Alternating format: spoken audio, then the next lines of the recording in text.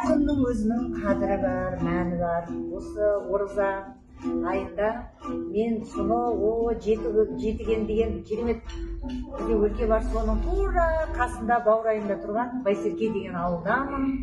Онда Бауырдақ деген біздің керемет бір дәмханамыз бар.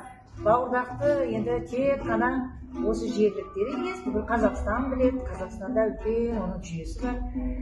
Ал бұл мекеменің басшысы Айдос бауырымыз арнайы шақырып қонаққа, Меруерт әпке бір осындай ауызашарды бізде жасаңыз деп, осында келіп, мінекей бір тамаша жігіттің әнін тыңдап, осындай тәтті тағамнан ауыз тиіп, әдем болып отырмыз.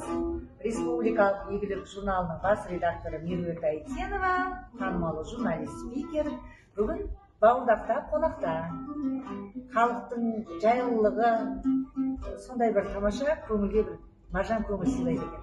Мына жігіттің өзінің әпке деп құрметтеп, добра тартып отырсын, өзі бір ән, бір сән. Осындай сәтті де бағалау керек. Рахмет жігіттер. Аман болыңдар.